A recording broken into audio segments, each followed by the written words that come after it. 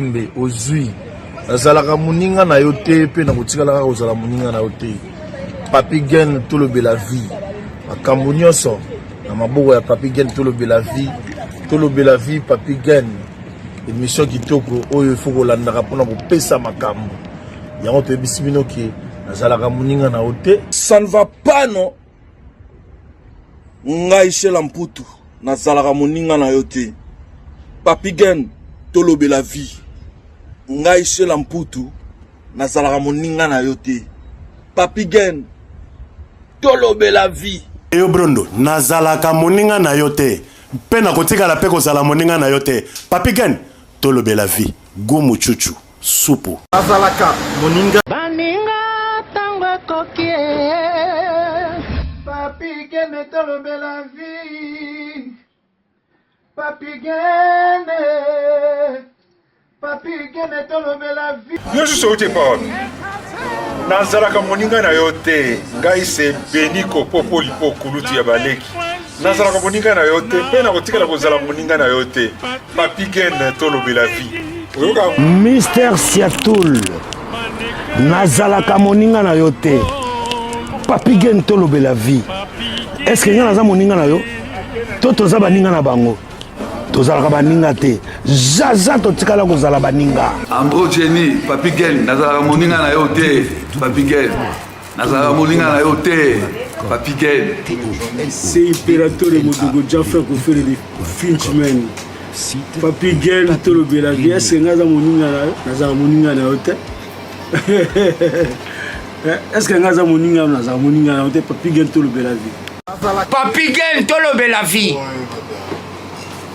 Ça c'est Lidjo Kwempa, le grand samouraï de la nouvelle génération. Papi Gen tolobela vie. Est-ce que ngana moninga no? Nga master no.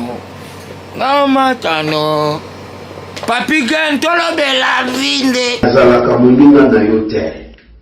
4 fois prêtre Washington grand pays. Papi Gen tolobela vie.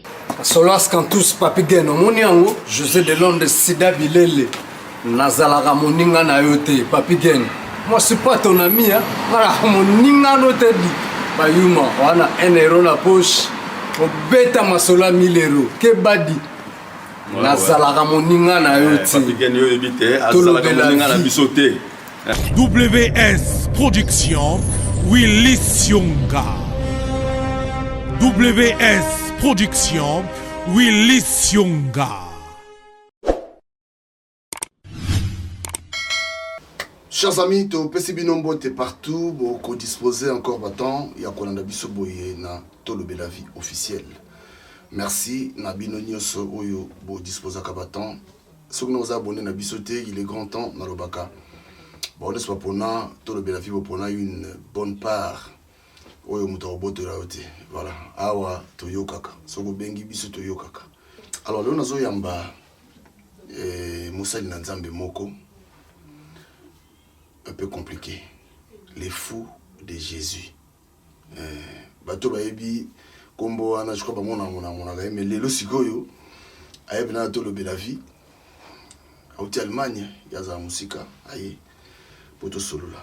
Alors benda télévision, benda penza, soit téléphone no tchabe écouteur bien. Pourtant mususu no yoka bien ti. Lelo je crois que aux occasions il y a koyoka ye. Papa Mbote. Mbote, papa. Boni. Oui, ça va par la grâce de Dieu. Ouais, je l'équipe bien. Ouais, je l'équipe bien.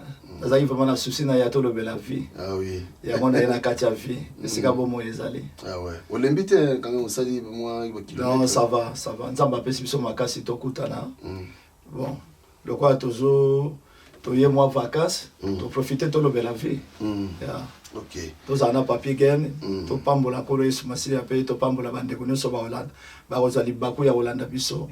Ba yoka makambo na matoi na yokate. Nazana moi quelques sujets où il faut na tuna lelo. Oui. Eza makambo ba to loba un peu moins trop. Ouais. Mais je crois que non tozo pe na ba réponse il y a malonga malongate.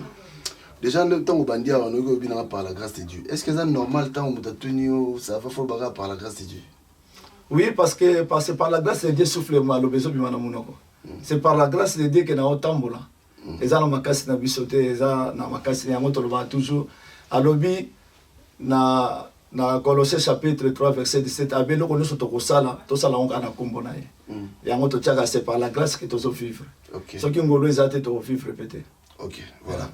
Alors lelo na moni ce que les fous de Jésus ça. Bon, les fous de Jésus eza prophétie.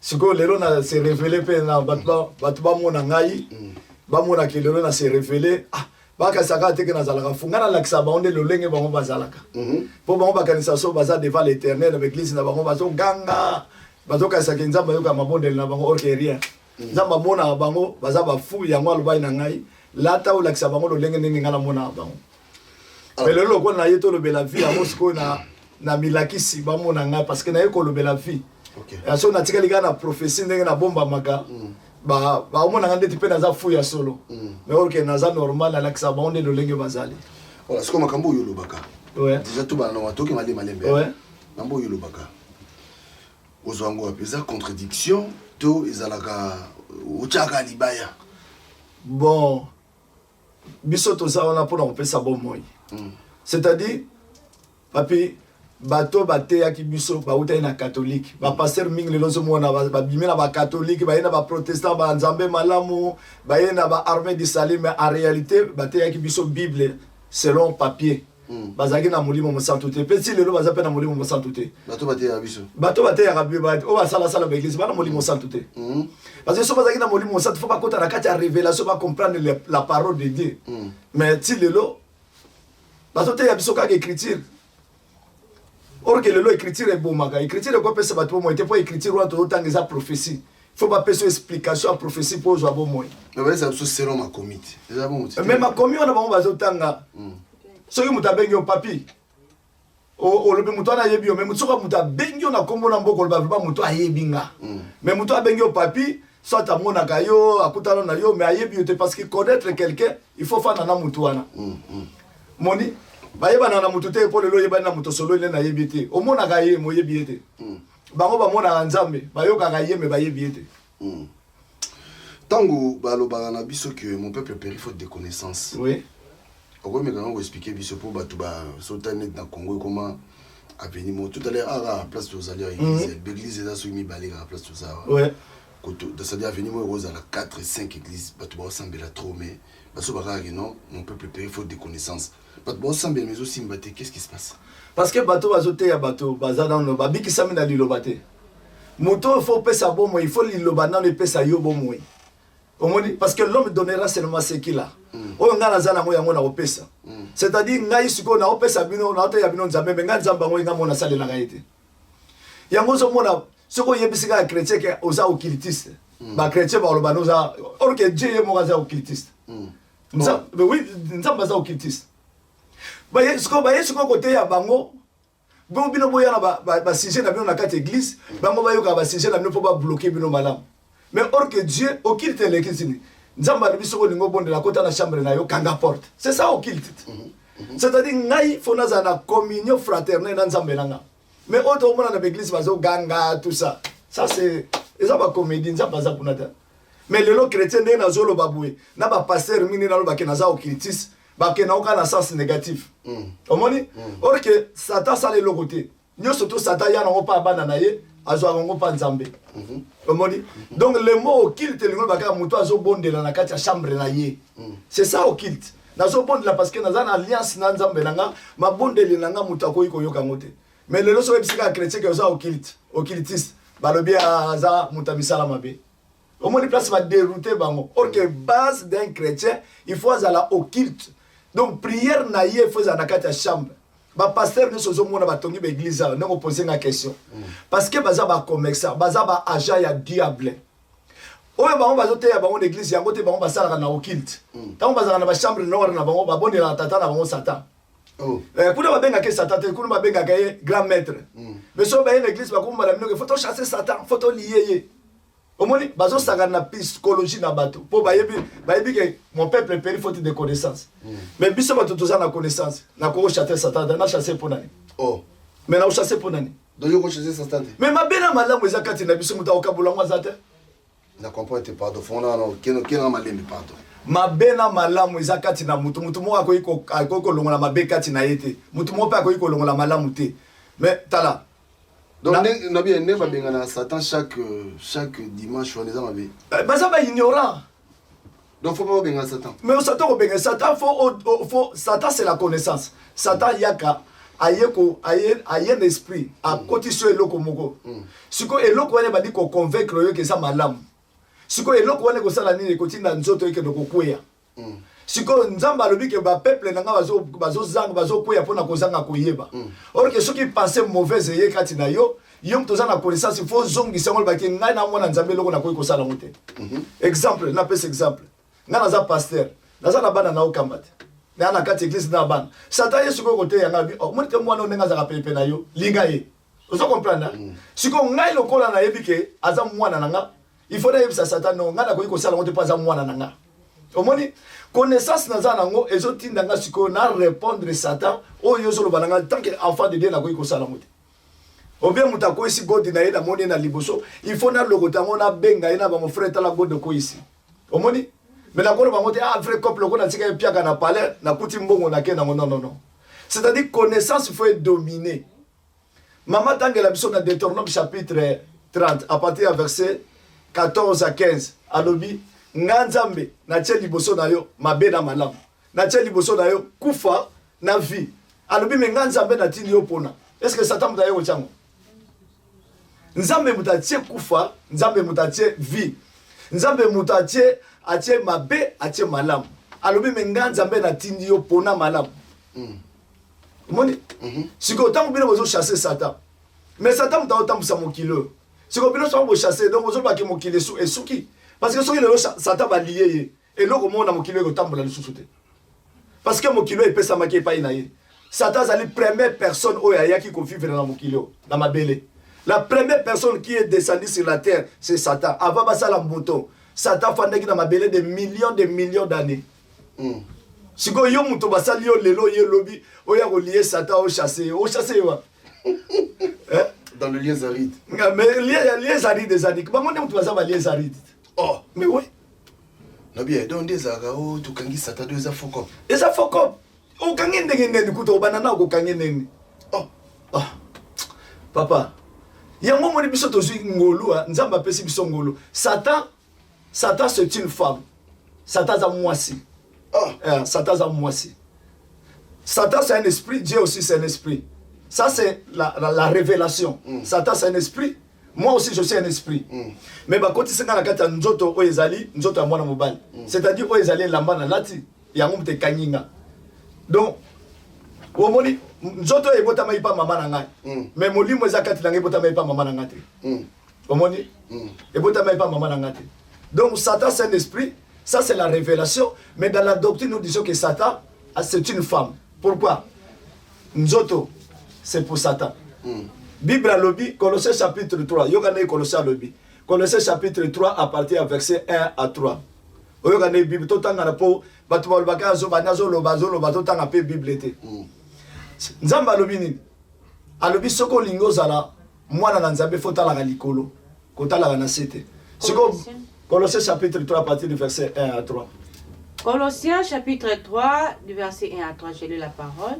Si donc vous êtes ressuscités avec Christ, cherchez les choses d'en haut où Christ est assis à la droite de Dieu. Affectionnez-vous aux choses d'en haut et non à celles qui sont sur la terre. Voilà. Car vous êtes morts et votre vie est cachée avec Jésus-Christ en Dieu. Amen. Affectionnez-vous des choses d'en haut, non celles qui sont sur la terre. Ok, la terre représente Satan. Satan, c'est une femme. Parce que moi, si c'est la chair. Moi, ça, na posa, a sepela, na posa batuba mona eba betile maboko. Voilà. Donc, bateau tout bakenda ozwa qui c'est pas Satan. Satan là qui ça va on les biens matériels. Donc, baza bassi. Biso toza ne bibali yango total dans les ciel. Parce que c'est ça la vie. Christ, c'est lui qui est le véritable homme. Satan, c'est la terre, la seule c'est une femme. Yango moni kombo ya Eve zala komba mwana ya moi cité za komba mwana mobali.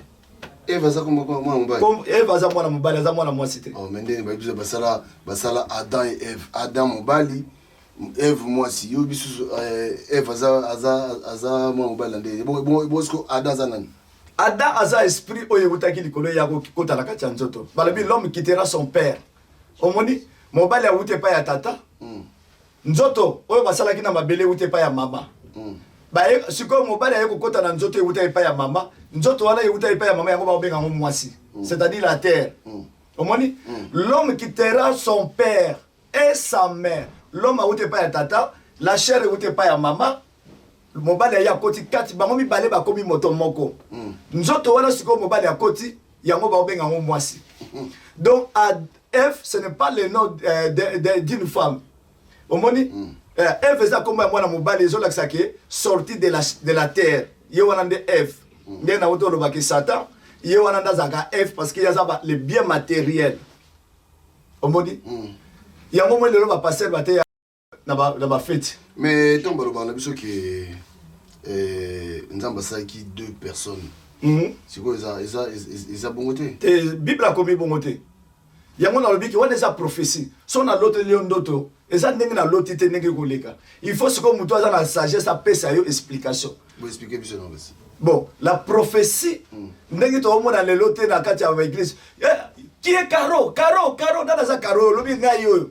Nazomona Charlotte c'est qui? Yokane passer là tout. Naomona Charlotte c'est qui? Oh c'est ma mère. Nazomona mwana moko boye fioti Dani oh aza mwana nanga. Il est déjà décédé nani wana. Caro mutazoli ya mwana wana. Non? La prophétie papi c'est une promesse. Ce qui m'appelle son prophétie c'est-à-dire Dieu t'a promis quelque chose. Et là quand on a prophétie il faut ya kokokisama. Nzamba apesi biso ba prophétie, apesi biso ba promesse dans la loi. Alobi, bobana kopesa ba dîme, bobana kopesa ba offrande, bobana ko gêner. Po nzamba apesa ki prophétie pa ya Moïse. Abi Moïse, na kotindela bino mosali mususu akoya kobota maka parmi vous. Mais il faut boyoka ye. Donc Moïse a eu promesse wana meme au papa na Israël. Siko bana Israël babandi ko gêner. Babandi ko pesa ba offrande po ba supplier nzambe. On a prophétie ou on a promesse ou on est kokisama. Pour mutu azoya ko promet o ba promettre bango azoya ko longola bango na bo wumbu. Yango mona yebisa ki Abakuk. Zela kaka prophétie on a jusqu'à ce que ekokokisama. Mais Abakuk zela ki monti na soka mona ki prophétie wana. Est-ce que tout n'a passé la pesa yo et si gagné Abakuk azo amona ki prophétie wana. Ba yebi bango ti lo ba kaka attends ça. Attends. Mais olga Abakuk zela ki meti prophétie kokisama ki. Parce que message nous avani, message nous prenez avani. Message nange zali bana na nzambe faut ba bima na baboko ya ba faux pasteur, baza ba commerçant ngo lobi na balabala mo 5 églises, na balabala quartier mo 50 églises parce que baza ba commerçant. Parce que la Bible les a dit, Bible lobi nous sommes unis. Na Ephésiens chapitre 4 à partir du verset 11 tiracé, à lobi il faut tous à la unis jusqu'à ce que nous soyons unis. Vous voyez? Donc, biso basala nzambe, so toza ya nzambe, il faut tous à la bomboko. Il faut tous le désir de la chair. Dans la Bible batani. Nous sommes morts avec Christ et nous sommes ressuscités avec lui. Vous voyez? Net inga la kufa déjà na nzambe.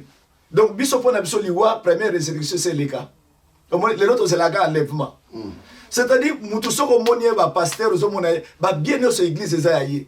Nyo so tu ezaye. Ah, moi si. Ba pasteur nous sommes là lakini baza basi. Oh, ya baza basi. Parce que bazo wela ba bien matériel. Ba bien matériel, baza basi. Baza na on nzoto ba ko pesa ba tufite. Yango moni Pilate azolo besa voici l'homme. Voici a présenter Christ. Abi voici l'homme. Yemo pa aux à la moisi. Yango moni peuple ba to lingi Barabas te parce que Barabas aza moisi. Surtout ma bayo kakayo. Est-ce que batu ba croire na message na? Oui, bato ba croire na message nanga o baza na lito ya nzambe o baza ba bengami. Parce que na jardin to saki na ba Eli, to saki na ba apelé. Ba apelé bazaki libanda ya jardin, ba Eli bazaki na kati bana ya nzambe bazaki 12 enfants et puis na église auto bengaka Ève. Donc na jardin bazaki 13 personnes. Bazaki ka dana Ève. Dans jardin d'Éden. Dans jardin d'Éden. Mais quand on explique, il y a confusion. Mais non, n'est pas autour de bandeli. Donc, dans cette ligne, c'est deux personnes. Donc, nous avons passé battu monsieur Pessus. Nous avons passé qui battu belé. Bon, t'as la Bible à lobby. Bible à lobby. Au commencement, Dieu a créé les cieux et la terre. Vous voyez? À lobby, l'esprit de Dieu s'est mouvé au-dessus des eaux.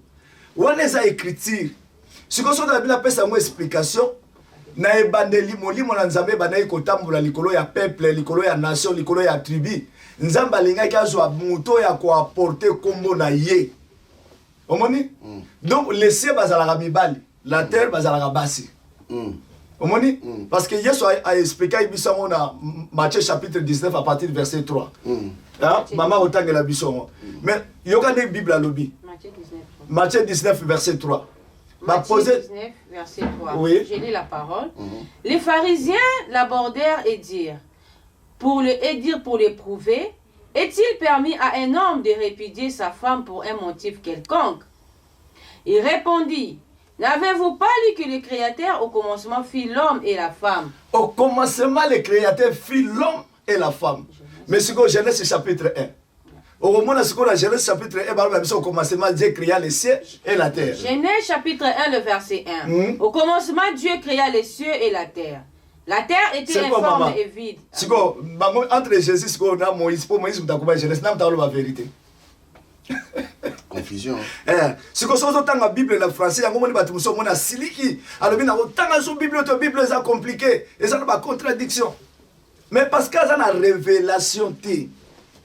Les cieux représentent les hommes, la terre représente Ève. Il y a un moment où il combo ya mobali au bazo sala na jardin na mabele combo na ezali Ève sortie de la terre. Il y a un moment où ce n'est pas Adam qui a péché, mais c'est Ève qui a péché. C'est la chair qui a péché. Bango bakena na oka Ève moi si mutakoti ya lisumu te. Nzoto nde mutakoti ya lisumu. Oli kombo ya mbuma les amis mbulukuta. Mbuma eza loi. L'arbre de connaissance du bien et du mal, les agis dans le jardin, c'est la loi. Loi, mi beko pesaka vie na bato ba auto sango, mi beko pesaka kufa na bato ba auto sango te. Lokola ya to sakite yango kufa ekota. Mbuma. Eza mbuma te, eza expression, eza parabole. Eza la loi, eza mbuma te. Mais parce que dans le ballon papa va passer ma terre qui biso ba bandaki na catholique. Bake na protestant, bake na ba armée du sali, ba bandako yoko la Bible na français, yango moti de lo bazo ke no sa la théologie. Mais nga na zui grâce wuti na likolo nzamba ya zui nga funguli nga mutu atie nga na mutu mais ça diabolique mais bien sûr mais obi que la plupart va passer ba docteur ba apôtre oui pourquoi parce que na la théologie pour l'état ya apôtre à reconnaître bango pour ba futa bango salaire comme bato ba kena misala yango ba kena la théologie ba wela ngote so tali théologie aussi diplôme wana au fond l'église na yo bimi lokola ONG omoni l'état siko na diplôme yo za na ngwana ya théologie abandi ko futa yo entre temps ozo yiba su bana nzambe mabonza l'état zo futa yo lisusu donc omoni donc ça dit ba pasteur nyonso église nyonso o pasteur na banwaza a ça la théologie azwa mboko na l'état donc ça dit ça faux pasteur ça faux pasteur boyoki ça faux pasteur non que petit cela makabo est-ce que kopesa nzambe ko kabela nzambe ya mabe pesa makabo ya mabe bon papa ndekolanga papier c'est ça mawana kati ya motema na ngai kopesa makabo kopesa kaka mbongo na église kosala jeune eza abomination bato basalaka jeune oyo bapesa makabo badimi ba ofrande bamona nkembo na yawe te oui bandiano mutasala la jeune église mutazo kila pena zo kila atiki mwasi na ye atiki bana mola na se atiki biloko molia abina olia te pona une bonne cause batanga bible te jeune c'est quoi d'abord jeune c'est quoi biso to sala la jeune obi jeune na biso zani ya okima les péchés on est un vrai jeune na biso bana na lumière de Christ ya okima lisum mais ya kolia bilete alobia la nourriture et le ventre bango mi bale muto abona nkembo na yawa zate na libumu bilei salama yipo na libumu salama yipo na bilei bango mi bale muta omona nkembo na yawa zate siko ngai mera lambelinga makusa na boma libumu na kanza la po nzamba oyeka mabondeli nanga na masumu na ngana zanango et ça confusion. David dit que dans Psaume chapitre 68 verset 18 il dit que Dieu n'exauce pas la prière d'un pécheur avec le nœud de naissance. Alors Dieu n'exauce pas la prière d'un pécheur. Jean chapitre 9 verset 31. Nzamba yoka kama bondeli ya mutu na masumu te. David albi soki na tika ki mabe kati na motema nanga nzamba akokai ko limbisa ngate akokai pe ko yoka mabondeli ngate. Siko bango papa papier ba ken église. ba louer Seigneur après ba sali kilit ya Satan Yini ne ba que dans l'église ba sala deux kilits sans le savoir ba ke ba bandina no molimo santo kita molimo santo akiti na yebite soka afana na se molimo santo za kana biso afana na se banda kita ti le loi za kana se za likolote na zonga te te na zonga te yo wana zakati na biso ofunga biso makambo eza na kati ya Bible c'est-à-dire makambo biso to te bandimi ba olanda biso lelo ba oloba ke makambo ne frère azo sala moko yebisa nga mo soki na gêner na mona loboko nzambe te et a penser na yo na muto mona loboko nzambe te nzamba tuni bango alobi tango bo gêner ka bolobi bo gêner ka pona nga atuni bango bo siko tango bo lia ka pona na non mais jeune ils ko se faire priver de quelque chose pour na likamo bozo lingo sala siko nzambe nzamba lobi to kima masum to pratiquer l'amour du péché. Aimer ton Dieu de tout ton cœur, de toute ton âme et de toute ta pensée. Et aimer ton prochain comme toi-même. Et quand il m'a solo tout point quoi. Au gros, je ne l'ai 40 ans. Papa, Jésus-Christ a sali jeune à 40 ans. Tant que c'est que Satan y est. Guillaume Yébissanga c'est quoi? C'est 40 ans. 40 jours le jeune. Asili sika pas Satan y est. Ce que yom to sala, un jeune à 18 jours. Au lieu non attendre, au fond à 18h au lieu. Mais Jésus a bêta jeune il y a 40 jours, 40 jours sans manger. Mais tant que c'est que jeune, non comme autre comme lié. Aïe quoi tenter. Mais c'est quoi dans ce que ça la jeune, donc ça dit faut bâtir là-bas. Bah ça va pas qu'à non. Oh, oui, bah ça non dans la loi. Mais pasteur la temi azala bandi bébé là oui bah ça la jeune yo bah jeune ma. Bah bandai ko ça la jeune parce que bazaki na promesse nzamba pesa ki bango. Moïse dans Deutéronome chapitre 18 verset 15. Dieu vous ressuscitera parmi vos frères un prophète comme Moïse. Mais il faut que vous yokaye. Si vous avez une prophétie, vous avez une promesse, vous avez que Moutou akoya kolongola biso na bowumbu po bazaki na bowumbu na Égypte. Vous avez si vous avez gêner, vous avez supplier Nzambe, papa tika Moutou wana ya po prophétie wana kokisama po aya kolongola biso na bowumbu. Si vous avez Moutou wana ya, ayebisi Abakuk. Abi Abakuk. Okufa te ti okomona prophétie wana ekokisama parce que nzambe soki apromettre yo ekokisama oyo bazopromettre bato eza bafaux prophétie eza peut na bible te parce que prophétie eyaka mpona koédifie corps de Christ soki ngai napesi yo prophétie papi prophétie wana soki ekokisami kombo ya nzambe ezwi lokumu kombo ya nzambe epambolami sikoyo yo bapesi yo prophétie bazoyebisa kaka non zelango kaka ekoya Abakuk azelaki yango kaka eya mais Abakuk azelaki prophétie ti ekokisamaki so baza na chapitre te tolakisa bango Abakuk na emoniseli parce que bango bamonaka Abakuk na Ancien Testament mais na Nouveau Testament bamonaka Abakuk te or que Abakuk ti amonaki mbotama ya mwana nzambe azongisi matondo alobi papa tika nga serviteur nakende kokufa sikoyo na kimia mpo te namoni moto oyo olakaki nga mokonzi aye kolimbisa biso. Donc la prophétie d'Abakuk alobaki ne attend là jusqu'à ce que prophétie wana ekokisama. Abakuk azelaki soko ozelaka Abakuk kaka boyo komoni non. La révélation et la prophétie eza eloko moko te. Nzamba kolakisa mai na prophétie mais mai wana so to simba ngo awa to kobenga ngo pe liloba. Mai wana to kosimba ngo vie. Mais tant yo zo lingaka na loba loka mai oyo zo mela oyo mona ki ezo chola. Non non non. Azo peso siko explication selon la parole de Dieu. Omoni. Donc Abakuk oyo ba pesa ki promesse ya prophétie ya ilaka amona ki yango asimba ki yango apamboli nzambe. Sikoyo Maria lukila biso toyoka maloba ya Abakuk. Luc chapitre 2 à partir du verset 22. Et l'autre ezali nini? Luc chapitre 2 oui. À partir du verset 22. Je lis la parole.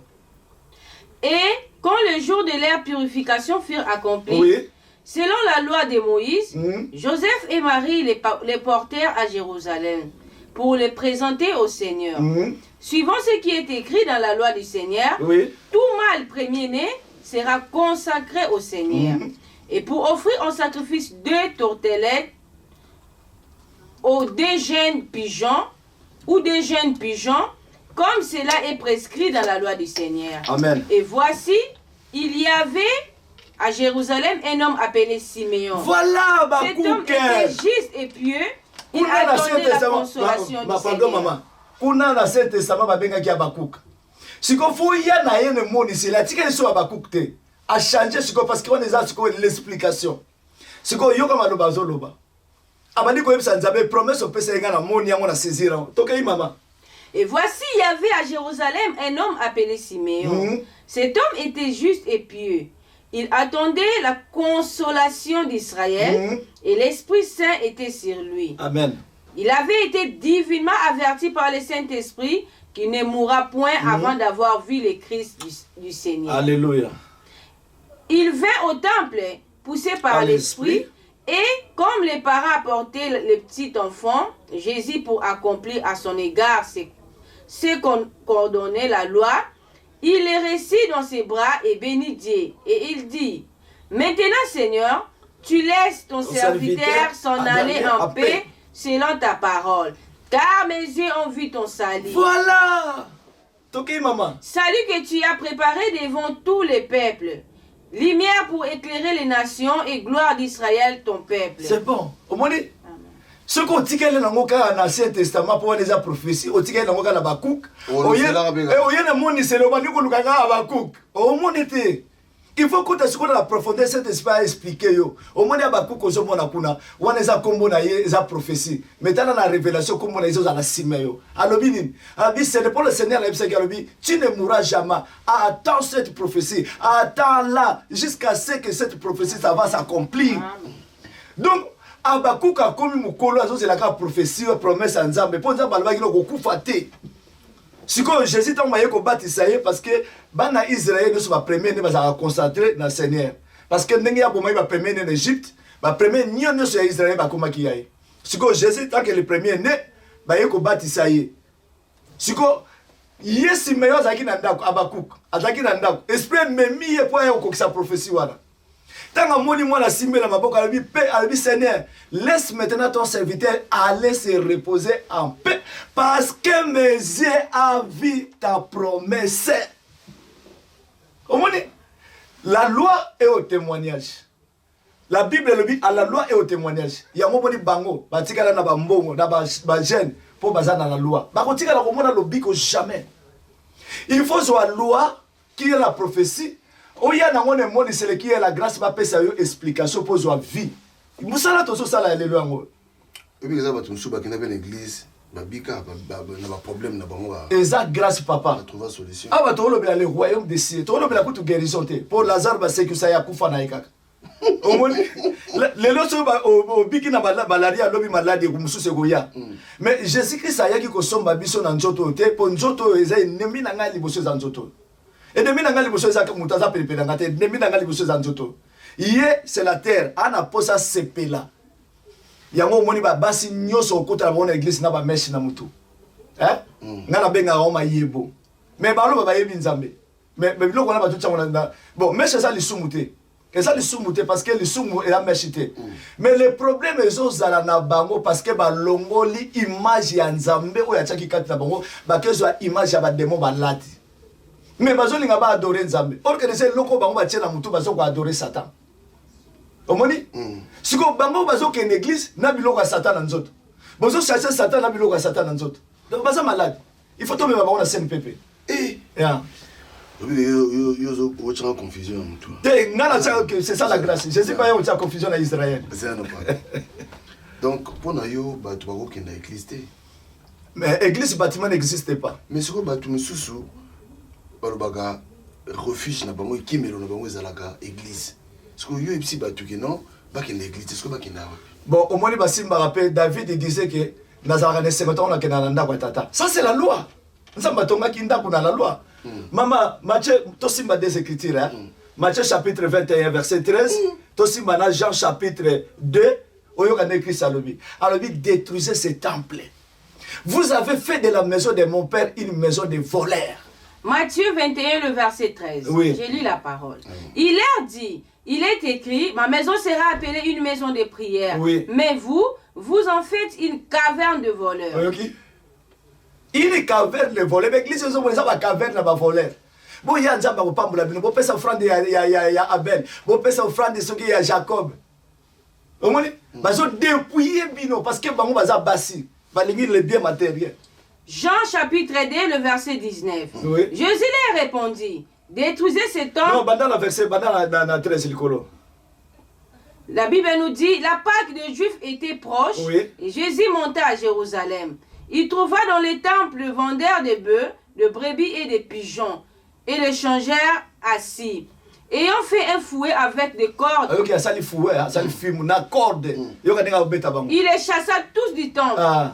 Ainsi que les brebis et les bœufs, il dispersa la monnaie des changeurs et renversa les tables.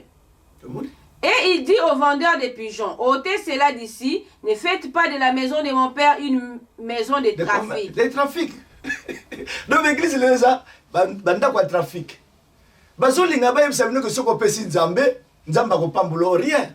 Siko maman 1 Pierre chapitre 1 verset 18 à 19. 1 Pierre chapitre 1 18 à 19. Batanga la Bible te ba chrétien bazaka amen. Et puis soko moni mosala nzamba zo senga bana nzambe bolo ba amen toleka. Aza faux serviteur de Dieu. Amen ba senga ngode. Basanga mena makasi. C'était ça le kuta. Papa soki maman lambi biloko yo mo sentir que vraiment maman lambi do link toko yo mo to yo senga merci. Est-ce que maman oya lambi que c'est senga merci na lambi bino? Non. Parce que au sentir que non maman vraiment lambi biloko na ajuta. Donc ne po li au sentir vraiment que eza elengi. Olobi maman que Dieu te bénisse. Merci na biloko pesinga. Amen amen amen. Mais amen amen amen. Mais so que dis amen que oh non. Aujourd'hui ça va te biloko ma biloko ngi katolo ba amen to sepela to senga non. Pasteur nous sommes senga amen église aza lukuta aza maison de trafic. Yoka 1 Pierre nengalobi. 1 Pierre chapitre 1 le verset 18 à 19. Sachant que ce n'est pas par des choses périssables. Yoka, ce n'est pas par des choses périssables. Par de l'or ou de l'argent. Par de l'or ou de l'argent. Que vous avez été rachetés. Alléluia. Vous avez été rachetés d'une manière de vivre. Que vous avez hérité de vos pères. Mais par le sang précieux de Jésus-Christ comme un agneau sans défaut et sans tache. Prédestiné avant la fondation du monde, manifesté à la fin du temps à cause de vous. Papi Gen, so oza nzambe olingo lingate. Sema so eza kati na yo et qu'on manifeste automatique. Ya, ba komisa mutu mwana nzambe te. Parce que tant mon tobota mi to ana sema singa lolo. Dazaki naki pe yakete. Naki na bangadalika naki na baba nakenda pe église te mais tant mo sema so ezaki kati na nga e manifester lelo na komi mwana nzambe donc mutu ta koloba noko no papi yo faut za mwana nzambe te so oza na sema sa nzambe ko manifester na kati automatiquement sikoyo batanga bible kala oyo to bomba na bible mususu bango basimbaka oyo te bango ba otanga oyo za pona bentere na bango omoni mwasi wana apesaki mbongo mibale Jésus Christ alobi na bango nyonso to mutu apesi aza mwasi apesi mbongo mibale. Papa, yo pèse $100, la pèse $2, ngam la pèse $2 la lekio. Donc nous sommes pour pas kota pele. Eh, pour pas kota ko. To kene na ona na physique, je sais que ça bina bino surtout pèse mbongo awa, muto a pèse mbongo ebeleza li mwana mwasi a pèse mbongo mibale. Ba to pèse ki ba 10 000, ba 100 €, ba 200. Mwana mwasi a pèse ka $2. Allez ka ba ona ndenge. Jésus azo lobela biloko molimo. Mais ba on ba tika na okana nzoto pona intérêt la bango. Lokola bato pe baote bazana bango ba bololé bazana bango ba pakano na ba pakano siko bato ba kende wapi bato fo bazala ndenge na loba ino le bandeli un enfant de Dieu c'est un occultiste positif tous on a occultiste positif tous on a occultiste négatif o ba olanda Satan qui est la forme les biens matériels na o ba olanda l'homme qui est la vie éternelle c'est-à-dire à lobi na Matthieu chapitre 6 so lingo bonde la kota na chambre na yo fermez la porte omoni si on va passer, même si on non, batouana bazabo occultisme. Mais non, un enfant de Dieu, oh ya, vous voyez papa de Toya. Est-ce que tu bon deli?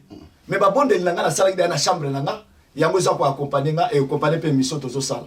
Donc na oya te que to bon deli non. On est ba black, au bon deli. La prière ce n'est pas ça que nous disons ici que to bon deli to tiki mission na babo kwa nzambe. Non, ça ce sont des barbares. Oui. C'est quoi pour na yo? Tant que le pasteur, c'est-à-dire en général, attends moi comme malamu ate. Il y a malamu. Bon, ce qui fallait tourner ce stade. Pasteur a sali plein l'église. Différence dans mes années.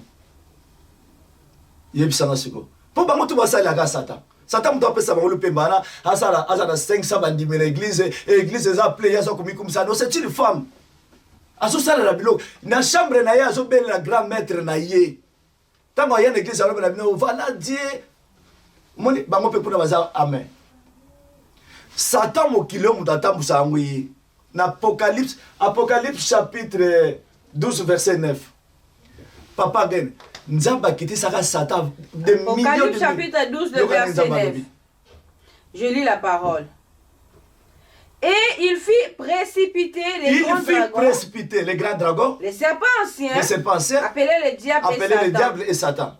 Apocalypse, le chapitre 12, le verset 9. Et il fit précipiter les grands dragons, les serpents anciens, appelés le diable et les Satan, celui qui séduisit toute la terre. Il fit précipiter sur la terre et ses anges furent précipités avec lui. Amen. Voilà. Donc Satan qui t'a dans ma belé awa des millions d'années avant Nzamba au salon moto. Il y a un moment où Jésus, alors ceux qui ont foutu melingai na opeso mabelo. Moi ça zo linga dominer mobile. Hein? Dans Matthieu chapitre 7, ça zo ceux qui ont foutu melingai na opeso mo kilo. Donc moi ça zo linga na mobile na likola qui tise la si. Ce qu'on a eu, bateau bazo qui l'église, bakenda Rolanda miracle, tout le monde ni pona vite fait. Non, bakenda na boka na sentiment parce que baby la bango nzambete. Ndeka na utolo bano ebandeli. Bo somme te ki ona moni miracle na siko. Wale ça ba faux miracle, ça t'a pas fait ça ba miracle le kutat. Ya, ça t'a fait ça ba miracle mo ezana mona. Parce que le véritable miracle que l'on a montré qui m'a pas qu'à nous couper c'est une vie éternelle. Papa, vie éternelle, attends ma personne 1 milliard de cocaïne dans moté. Attends ma personne 2 milliards de cocaïne dans moté. Vie éternelle est tellement chère. Nemo yoki 1 Pierre chapitre 1 verset 18 et 19 à l'obi. Nzamba sobi biso na mbongote, na diamate, na orte, na mbongote. Mais il s'est sacrifié. Apesi makila na ye. Yango mutu et racheter biso et rendre biso libre lelo. Église de Zaga. Église nanga c'est le cœur. Mais na sang sabatu, na pesi enseignement ponga naza enseignant. Naza enseignant. Mutu aza kati nanga aza enseignant ngonga pe naza enseignant. So mutalingi siko a landa au plus face à ndenge. So mutalinga landa azu numéro nanga abeti na koti na WhatsApp. Tu pries à chaque 4h du matin, tu pries à chaque 20h à 21h30, chaque jour. Chaque jour, nous sommes chaque jour, 4h du matin. Moi, je suis parce que chaque jour, 4h du matin, je suis en assez. Chaque 20h à 21h30, tu es parce que la Bible dit, la vie éternelle, c'est qui te connaissent, toi, le seul vrai Dieu. Oui, il y a que l'église. Parce que Nzambe, c'est là papa tang la biso, Acte des Apôtres chapitre 17 verset 24. Abi ndakuni bolingo tongela ngana Nzambe. Acte des Apôtres 17 verset 21. 24. Le Dieu qui a fait le monde et tout ce qui s'y trouve, étant le Seigneur du ciel et de la terre, n'habite point dans des temples faits de mains d'hommes.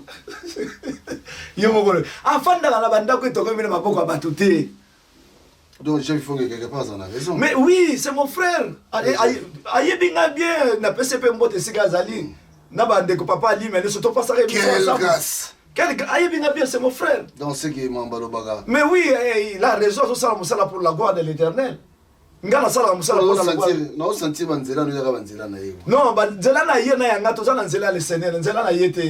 le Seigneur. Okay. Parce que ceux qui a bengami na pena bengami bisomi bali photos à identique parce que nous avons qu'un seul esprit. Oh tene to yoka bango eza foi nanga eza doctrine na biso te. Nous avons des doctrines ezaka moko l'amour du prochain. Le loke église ba yambi lo biso ko longi kinde ko sini wapi amour eza wana. Est-ce que wana baza basala nzambe? Aimer ton Dieu de tout ton cœur, de toute ton âme, de toute ta pensée et aimer ton prochain comme toi-même. Le lo kongé baby pour lui. Qu'est-ce que va passer le baye na blog wana? Ni sote zaga ya ye. J'aime âge. Bilo ko liate kaka ye. Bilo ko ndake na sima. Parce que baza basi. Bazo sala Satan. Na bando yamba au moins mingi. Amen. Pesa no numéro na téléphone. Bon numéro na téléphone ezali. Eza WhatsApp hein. Eza WhatsApp 0049 152 15 17 43 11 0049 152 15 17 43 11. Soko moni ezo simbate benga papi a couper son numéro na ngai pour la gloire de Dieu. Ngana sena uzana ndaku na yo. Ofandi na ndaku no benga la WhatsApp to prier to l'action bible. Poser ma question ni surtout yo lingi. Après sinon bon MP pesa. Non. Bana ba moye ba o témoigner. Pona to soma micro. Na esika nzambe. So ngana yebisa bango nzambo atindi bino moyesi na tinda ke nzambe. Tanga zo ki problème azo songa pa nzambe. Siko bino bolobi pasteur nzambe mutatindi bino. Mais soki nzambe atindi bino. Tango komi na fin de mo futa mbonga sali kende pa nzambe. Nzambe opesa mbongo futa ça. Siko yo bato ba yeko lukasu nzambe alobi venez à moi vous tous qui est fatigué et chargé. Mais comme une église, je suis chargé, je me suis dit, confusion. Confusion. Ba pasteur ozo mona bazo tonga banda kuna Congo, bazo somba babituka parce que baza bato mabele. Ba kotika opesa bino vie ata mukolo moko te. Mais la Bible dit oyo mutaloni yango obuka. Balinga te bana na bango ba ko payer pour casser wana. Ba ko payer parce que yango na loba no papa baza enseigner te. Dieu, Nzambalobi, tout si la dans le bas, Nzambalobi créer l'homme à notre image, c'est notre ressemblance. Yosuko, ok, au tien mèche, ok, au tien chapeau et maillé bonamutu, au tien na, au comme na image na. Si quand on se lingua adore, on adore na biloko yolati, to adore muto asalaki yo. Confusion. Biso to ça identique. Ndenge na comme na libandi botan ba to papa ko li comme na libandi, la gloire des choses n'est pas Nzambe. Si vous avez dit que na bombi yango na juste que apemba tala bango ba ko mocha na yombo na sika pembe mais non ba faut pas mona gloire à Nzambe tant ba ndeko ba petit na ba mona ba maman na tata na mona bi papa okolia gloire les choses n'est pas Nzambe mais so na tie yombo na bombi gloire na libandi na bambi yango mais gloire les choses n'est pas Nzambe. Voilà pour aussi ce ici bato bana biso voilà après c'est ba mbote oya lingi a rejoindre biso toza na wat toza bana la lumière de Christ. Bana la lumière de Christ TV. Donc les lois dans la chapeauté pour Nzamba alobai dans la laxarabino pour poser ma bomba. Babilo comme ça la bozo mata ba montagne, bozo sala ba gêne, ba vous pesa vos frères na ba dib parce que boyebi nzambete.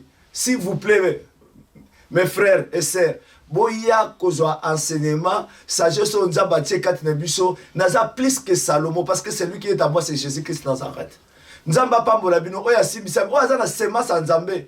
Ako lukato pesa ya cinéma ozala ndako na yo bengi kaka to solola vidéo ezali to zaka na Zoom to zaka na WhatsApp chaque jour nous sommes devant le Seigneur parce que faut to yeba Nzambe connaître Dieu c'est ça la vie éternelle parce que mon peuple périt faute de connaissance soko yebi Nzambe connaissance wana ko protéger yo na makambo ezo lekali na mokili nde to comme na dernière ère yo okozwa sali que Dieu vous bénisse abondamment. Donc tout ça c'est une mission moi dans mon mukeka koke osambe na ngombe ya mabe no na matingomba mangengenge mais papa merci na iloko no bibi baye barate yango na ibise ko bana révélation bazaka de ki basale beloso mona bazaba tchaku ba répétaka écriture au moins eloko na beti ya baku bazela ka etile on a prophétie non te a prophétie ya baku c'est ko kisama mais bango ba yebite parce que bazo lukaka akomba baku mais mon inde nzamba sala makambo na ye ozomona donc eza passe na mawa mais nzambe a sunga biso na otuli ko tutula ni pardon na lina ngengenge ngomba alobi na Matthieu dans chapitre 4 yoke loka alobi alobi l'air vient il est déjà venu où tout le monde maintenant baza suna tina ya ko luka nzambe ni na montagne ni dans Jérusalem pas batonga temple mais Dieu maintenant a besoin de vrais adorateurs ba vrais adorateurs baza banani bato ba kabali na lisum bato ba sacrifier corps physique ata la la main ya 10 000 amona ngeza normal ata ta mona kameza ya 50 000 amona ngeza normal omoni do biso yo to sacrifier corps parce que la Bible le dit to kufina Christ to sekwa na ye yango biso to za bata mokite to za bata likolo yango moni makambo to zote ya eza pasi na bato ya bato. Parce que maître Nangaï m'a attendu maintenant au Jérusalem va on dit mettez. La Bible ça c'est quel enseignement? Parce qu'il est en train de donner l'explication de la loi. Nous avons fait cette explication de la loi. Balobi là où 2 ou 3 personnes sont réunies à mon nom, Dieu est avec nous. Mais qui sont les 2 et les 3? Batika na nonga na français. Et c'est quand tu bali misato basaka nzamba za na bango. Mais non, il faut la témoin na monaki pour témoigner. Yo ko saka na komba mutu to yebi to saka robeta di soloni pour témoigner. Biso to témoigner à Christ. Les 2 et les 3, ce sont des écritures, lettres non écrites par l'encre, mais par le Saint-Esprit. Voilà. En tout cas, merci. Je crois que Bobandozoa ndeko mingi awa parce que makambo ezali. Est-ce que papa oyebi que Jida okota lola? Oh. Jida. Jida okota lola. Jida ça déjà na scène d'Abraham. Jida ça déjà na pour batumik balbalola na ifungambite ya. Mais ce que tant que Lazare a kufa za na scène d'Abraham ezani. Lola. Quand on va lola na ifungambite. Pour ba tanga ngona noir et blanc na écriture. En tout cas, numéro 1 on a soko bengi 0049 152 15 17 43 11 toza wana comme on a frère Samuel nalata apérique le fou de Jésus mais le nom na yo la sabino révélation na ngandenge nazali pour batumi ba yeba ka ko saisir ngate ta on nalata apérique nzamba loba na ngana la sabino ndenge amona bino boza na molimo boza ba batama boma pour makambo bino bosala na église ya moto ya tinda ka bino bosala voilà to yepona ko suka peuple na biso to yepona ko suka bana na nzambe bo bima na maboko ya ba faux pasteur ba commerçant. Bon, mon Matthieu chapitre 21, verset 13. Bon, Tanguy dans Jean chapitre 2 à partir du verset 13. Alors, vous avez fait de la maison de mon père une maison de caverne. Voilà. Que Dieu vous bénisse. Mouké, tous en ceux qui va question, Zali, Benga. Bisoto finga raté. Si on comprend que Benga soit attendre pour avoir la l'air. Donc, expliquer combien de personnes vont dans le jardin, tu as moniseli. Parce que la loi est à molili. On a mutaté ça qui dans mon Congo, mais il y a ça même moi dans mon Congo. On y va quoi identifier. Mais tant que Christ a y je suis la lumière du monde. C'est-à-dire que Christ tout le monde a makamuni sur les cas in a jardin de. Vraiment que Dieu vous bénisse. On est là. Donc au fond la makamwe belé pour bananza pour bikisama. Bon le wana l'église où va tomber les bino. Oh isa bâtiment. L'église bâtiment va di gablo. Voilà. C'est un beauté. Beauté papa. Comment Maria Goretti dans la maison. Sœur Maria Goretti. Ah, d'accord. Alors, peut-être que moi témoignage, il y a papa Samuel pour nous, en fait, papa Samuel, c'est un papa pour moi. Et, en fait, Nzamba Sali Bisongolo, papa Samuel, à travers toujours la parole de Dieu. Comme on dit que Hazard Dieu avait voulu à ce que Tokutana papa Samuel, pour nous comprendre ce que Dieu voulait en fait pour nous les Élis. Parce qu'il y a des appelés, il y a des Élis. Il y a un temps où peut-être mal orienté et puis il y a un temps où nous avons vraiment lumière par rapport aux Écritures. C'est pour cela il y avait un temps où Nzambé a tali Sakibiso, il fallait qu'il a quitté. Mais je me demandais comment quitter l'église et tout. Mais je ne savais pas comment le faire. Comment, parce que ça me faisait en fait mal. Comment on peut quitter, parce que c'était une famille. Oui, mais Dieu m'avait dit de quitter. Donc il m'avait montré des choses hors Coca-Cola. Qu'est-ce que je vais faire? Comment je pouvais faire? Comment je pouvais faire pour que Naïe Bapé enseigner, parce que mon problème c'était d'abord l'enseignement. Est-ce que c'est facile pour on dit bon, j'avais déjà la connaissance en moi. Oui, c'est pas tout en fait. Raison par rapport. Je peux pas lui donner la raison, lui, parce que c'est d'abord les Écritures. Parce que tant que ça, c'est ça j'ai dit, parce qu'on j'avais déjà la connaissance. Quand Dieu me parlait, et puis moi-même aussi, je savais déjà que Nzambe alingi asala likamoko katina binanga. Et après, tant que papa Samuel. Nzambe a permettre à ce que Makam papa Samuel oui sûrement que c'était la première pour Nanga na yokango mais Saint-Esprit yemoko ndenge yope yokilelo et okondima amen pour na sentiment là où vous n'êtes pas d'accord okondima amen c'est ce que d'abord Dieu nous montre. Je peux pas être fan de quelqu'un et peut-être on ne peut pas être fan de quelqu'un so za fan ya Moussa na Nzambe to fan ya sika moko ezala pas pour quitter mais pardon quand tu étais yo peut se donc yo ça peut se gêner. Non, moi je ne gêne plus. Pourquoi? Oui, pas d'abord, comme Mazaki n'attend, au frère qui n'a gêné, j'étais d'abord pour n'analyser pour me payer story, alors, vous tout gêner l'église, moi en fait ça me dérangeait. Parce qu'il y a un gêné des nines. Mais alors j'ai été jugée aussi comme si. Non, yo sambela tenini baninga ba gêner. Oh d'abord c'était pour ma santé aussi. Parce que si on a lié ça me dérangeait. Maintenant j'ai demandé à Dieu, mais j'ai envie de le faire. Mais si on a bandé par ça avec ton 12 heures tu sens que au bon manzoto. Au moins la penza que nzoto ça sous malamte. J'étais obligée quand alia. Je comprenais que Nzambe pour moi c'était un soulagement comme en fait dans ce que Nazaki n'a pas il va pas déranger mais Nazaki c'est soulagé non c'est que Dieu voulait en fait côté Sanga qui ne te dérange pas. Ce n'est pas les jeunes qui peuvent te changer mais c'est ta relation avec moi. Donc relation n'a rien à changer. Tout ce que papa Samuel vient de dire ce n'est pas lui. Mais ce que nous devons faire, nous, en fait, les chrétiens, on a un seul problème, on ne lit pas la parole. faut vérifier. Oui. On doit être comme Acte 17, les disciples de Béré. Ils lisaient la parole. Bazaki kotanga maloba nzambe. Alors ceux qui doivent vérifier nzambe a inspiré yo moko. Si c'est vrai ou c'est faux. C'est faux, voilà. Oui. En tout cas, merci na bino bandeko bandi biso, je crois que Zaki na moto na moi besoin tout simplement moi témoignage il y a makambo yo pour belé baza encore na ignorance. Ngapé déjà na kinda na ngapé écouter église déjà na bima kala ponga na bima la tongo. Na ba teke no ba tumso bazala kanzo kande bazalaka. Donc voilà. En tout cas, tu continues. Merci beaucoup, maman. Merci. Merci, on est ensemble. Merci beaucoup. Salama bisute tout le monde en kala. Lelo to na kata Genève événement munene o bazangi. Les conseils privés. En tout cas, félicitations. Merci bon azina comme Pouloso.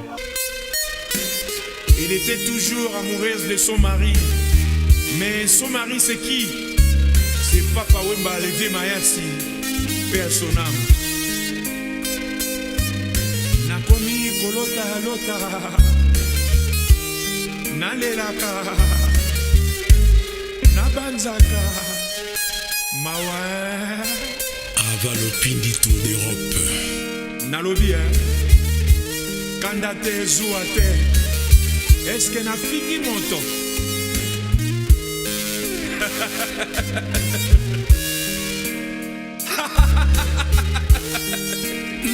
la dimvula Mère Katinseka yokela ngai Maria Rosa salisa ngai dina kokondo pamba monie nakovanda ngai moko na ndako ya ndele mama nalembie zonga tozongana nabanzaki kozonga nabanzaka kozonga mama potopesanaki lakanga na yo ezalaki ya diete obibie baloba na mokili yango esika ezangaka te odie mpona moto yo balingaka na motema moko oyo balingaka sanfute makambo na bango bawadie na baloba na bango kozalaka mwana mama yo na kopo na ngai ozalaka se elili na kati ya mwinda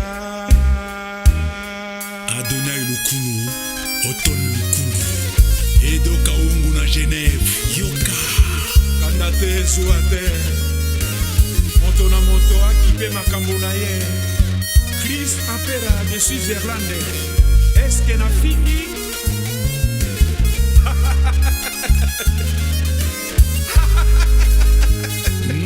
maluta mfumu nsuka na Suisse Zeferino Veta na Toronto Jetulov Diantete na Genève Batukwani Nyajon Maruski Fuma na Genève Romain Mokiadi de Genève yokela ngai Maria Rosa salisa ngai dina kokondo pamba monie nakovanda ngai moko na ndako ya ndele mama nalembie zonga tozongana Kimbu Star numéro 10 nabanzaki